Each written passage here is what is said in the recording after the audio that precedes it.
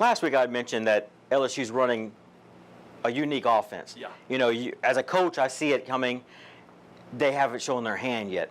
The first 3 games of the season, first 4 games, including Troy, up until about the third quarter, they had ran that same offense. Yeah. Second half of the third quarter, they changed the offense up to a spread. Something Coach Orgeron said, we haven't practiced at all this year. Okay. And then you turn around last week, and then there's a whole new offense out there. I mean, yes, it's the pro offense, it's a pro formation. Yes, there's a lot of movement in there, but it's not the same plays they've been running the first 4 games of the year. I think, again, I don't think they've shown their full hand yet. I think they're holding back a little bit for the Auburn, for the Alabama, you know, just for those games. Well, if I'm playing devil's advocate here, you've got an Auburn team that sees a Gus Malzahn offense and all the tricks in the back. They know how to keep their eyes disciplined and on the ball and read their keys and go through their steps. How does maybe Matt Canada's offense take advantage of that, or can they? I think they can. I think LSU can walk in there because they have so much speed, so much talent on the edge. You know, if they get into a 4-receiver set, watch out. Again, LSU has great speed if the receivers catch the football, of course. You know, but once they catch the football, they have so much speed, so much talent to get inside and move. You know, defensively, I'm a little worried.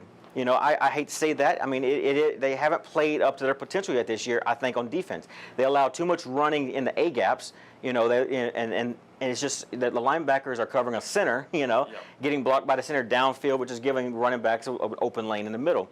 I feel like this week, if they can close that A-gap up, you shore up that run game, LSU can definitely, you know, knock off Auburn. Yeah, and you can't let Kerryon Johnson because he'll wear you down. He's a big fella. He's going to run right up there. He's a bus to hang on to. Your final prediction, how do you see Auburn actually favored in this one by about a touchdown? Do you really think LSU is going to pull this one out straight? I really do. I mean, with 102,000 fans in Tiger Stadium on this Saturday, if the stadium is full, with the ground is shaking, I don't think Auburn's going to walk into Death Valley. I mean, the last time Auburn beat Death Valley was 1999. Yeah.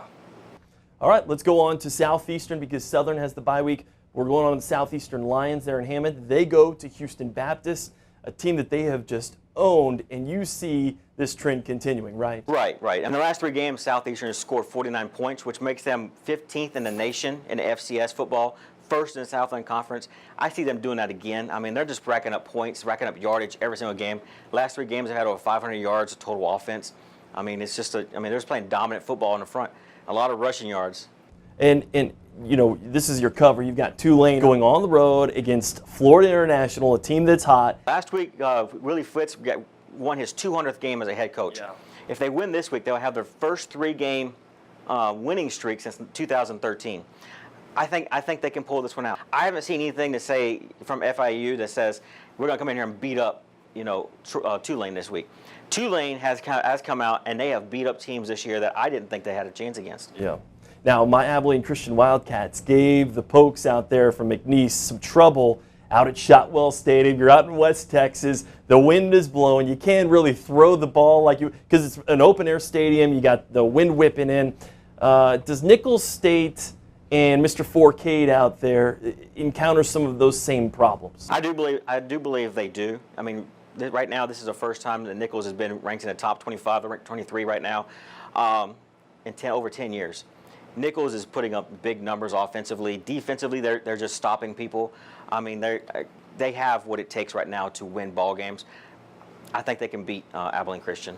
Moving on to Northwestern State, the Demons only averaging about 250 yards through the air. They take on a very prolific offense. Yeah, only. Trust me. I mean, in this day and age, 250 is, you know, maybe a Big Ten offense. We're talking about the Demons going on the road at Sam Houston State. This is a tough situation for them. You mentioned the one, I hate to say about the Louisiana team, but you mentioned the one good thing about Northwestern State. They're on a record pace right now to have the most passing yards in Northwestern State's history. That's all I can say good about them. I mean, they haven't closed out games. Defensively, they haven't shown up this year. I would really like to say something really positive about Northwestern State. They just haven't shown anything on film or even in the game. They haven't shown anything that tells me, hey, look, I'm ready to take on the Sam Houston States. And we talk about upset alerts every week. ULM playing a very good Georgia State program. Is this maybe upset alert time there for the Warhawks? I believe it is. I mean, ULM's on a winning streak. First time I can remember saying that. ULM's on a winning streak. They beat Texas State last week, which was what we thought was going to be a close game. They blew out Texas State. I think they're going to play Georgia State this week, and I think they're going to have another victory, and they're going to continue adding to this, and they might be the team to watch outside of Troy and the Sun Belt. And really, their quarterback, someone to watch as well, right? He had 433 yards of passing last week with 3 touchdowns against Texas State. You know, that's good, especially on the road going to San Marcos. It's not easy to play there as well. McNeese off this week, so we're going to turn to Louisiana College for our final game. They take on McMurray up there from the Big Country, and you got your boy Shedrick Davis, who's been on a roll. What do you think of Louisiana College's chances? Louisiana College is one of those teams that I want to cheer for. They're a great program. Shedrick Davis having a great season, 469 yards with 3 touchdowns so far this year. So he's having a great year. Another guy to watch is Ryan DeMatty. He's leading the team with 51 tackles and 3 tackle for losses. They're a good football program. They're a solid program, but they haven't found their stride yet. They've only won 1 game this year. They've had several big losses. Last week was a heartbreaker against Texas Lutheran. This week, I would like to say Louisiana College is going to win this game. So my prediction is that they're going to win this ball game. It's their homecoming game, so you got to win your homecoming. You got to win the homecoming. That's something that we've definitely learned here in the past 2 weeks. Something I've also learned, LouisianaGridironFootball.com, and maybe one of the best programs in the state, Tulane, really on the rise. Go and check that out. Of course, Andy Bryson here for your college football predictions right here on Your Go Nation.